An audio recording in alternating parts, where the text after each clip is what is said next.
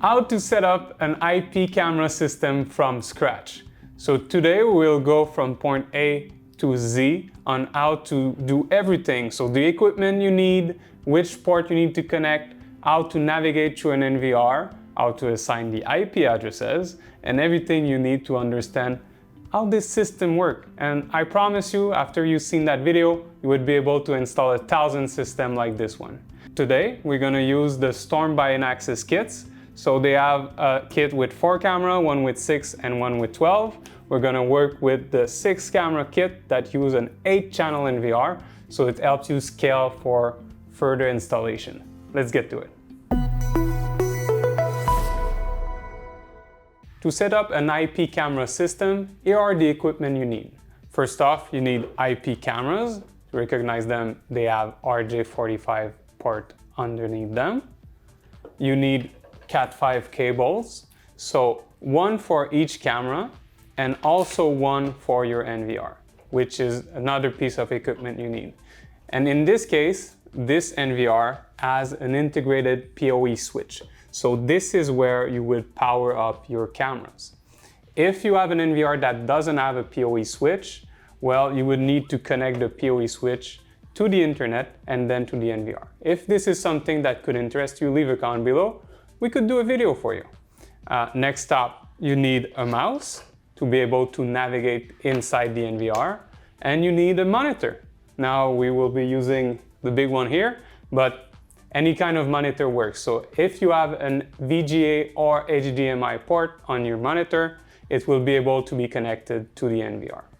Now, I mentioned PoE port. That's an important part of the video because it means power over Ethernet. That means that the Ethernet port in your home or inside the building you're working in will give the power to the NVR, and the NVR will distribute this power towards all your camera. So as soon as they're connected to the NVR, they will be powered up. So now we're gonna power up the NVR by connecting it directly to the power and putting the Cat5 cable in its LAN switch that we have right here. So first step, you take your Cat5 cable, you put it in the internet part of your home or your building, and then you go put it inside the LAN port on your NVR. Then we're gonna put the HDMI cable from your monitor and put it inside the NVR. So right here. Third step is plugging in the mouse. So I will unwire this one, and it's using a USB port. So as you can see right here. And last but not least, we will power up the NVR. So this always comes with the NVR. It says power bank, so the power supply.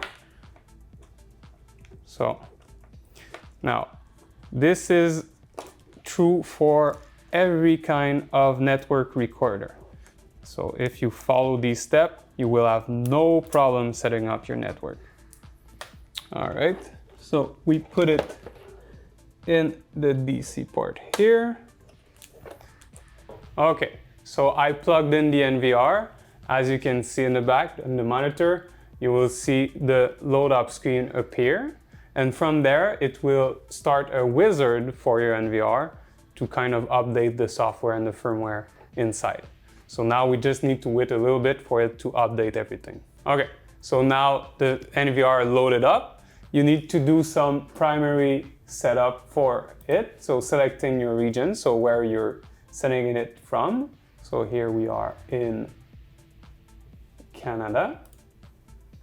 So this is done. We'll choose English. You can leave the video standard to NTSC. We are in Eastern Standard Time. Date of the week. We will go by week. And you can click on Next.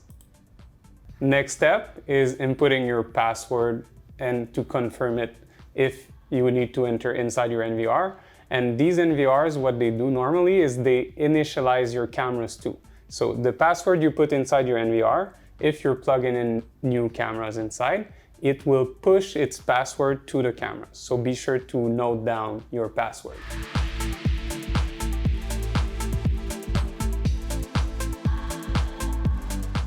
And you can also add an unlock pattern to be able to enter your NVR. So this is easier because on the NVR itself, you're using a mouse. It's easier to draw than entering all the letters by itself to go inside your system. So when you're done, you can click on Next. Then you draw your pattern. Let's go with the Zoto pattern. Then you draw it again.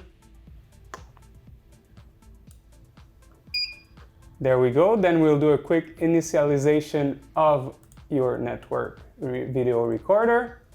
Everything is done. And we are inside the NVR. So as you can see, it's simple step to enter the NVR. It does all the work by itself. And now that we're inside, we need to check the network. So we would set an IP address on the NVR to make sure there's no conflict with the internet inside your home or your business. So we'll enter the network. We can go in the main menu.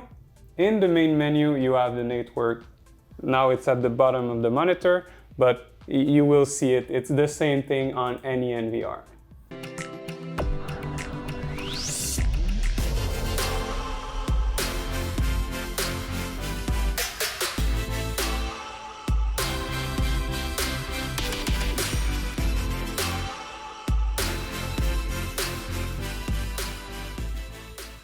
So you click on network. From there, you look for TCP IP. When you go inside TCP IP, you would select the DHCP feature. So DHCP feature, it's Dynamic Host Configuration Protocol. As I said before, this eliminates any kind of IP conflict you may have, and it will choose the appropriate IP for your NVR.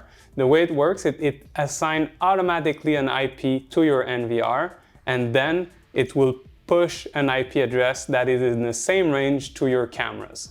So I will click on modify here. I chose DHCP, and now you see the IP address right now is 192.168.1.108. And when I click on it, it all reset to 0. So I click on OK. Now, as you can see, I clicked on apply and my IP address changed. So now I'm on the right network to assign my camera. And from there, well, it's really easy. So I go back on live. I will show all my screens here. OK. And I will connect my cameras. So now we are working with the same brand camera, so a Storm NVR and Storm cameras. So they are what we call plug and play. As I said before, they will be assigned automatically on the NVR, and you will see the picture appear directly on the screen behind me. All you need to do, take your Cat5 cable, RJ45 from the camera, plug it in, and then you plug it inside the PoE port that is integrated in the NVR. Now we need to wait a little bit for the camera to load, and it will appear on the screen. So as I said, really easy. You can do this with any kind of camera if it's on the same brand. Again, it's as simple as that. So you can scale your system as much as you want, as long as you're using same brand products. All right, so as you can see, we waited for the camera to load up, and now I'm pretty sure they're live. Hey guys, okay, so you can see around here, everything working perfectly. So this is what we call plug and play again. And that's how you set up an IP camera system. It's as easy as this. So it's not complicated, guys. And again, I have 6 more cameras here. Well, actually 4 more. And I would do exactly the same thing to have them appear on the monitor behind me and start doing my video surveillance. And guys, make sure that you have an hard drive installed in your NVR, because this is where all the data for your cameras would come from. Now, from this kit, we already have a 2 terabyte installed from Inaxsys, but if you're buying separate pieces, so a network recorder here, cameras there, make sure to have the appropriate hard drive to put inside your NVR. And if you would like us to go maybe deeper in the subject, so if I click on here, for example, and I want to set up some AI analytics, or if I want to schedule my storage, because this is again something you can do, so you can record on certain period of time, let us know in the comment below and we'll gladly go further into all of this to help you. So now you set up your IP camera system, it works, but how to actually enable the AI features. There you have it, guys. So if you followed each step, I'm pretty sure you have your IP camera system installed. As you can see, it's really not that hard. You just need to know where to start, what to have beforehand before you start anything.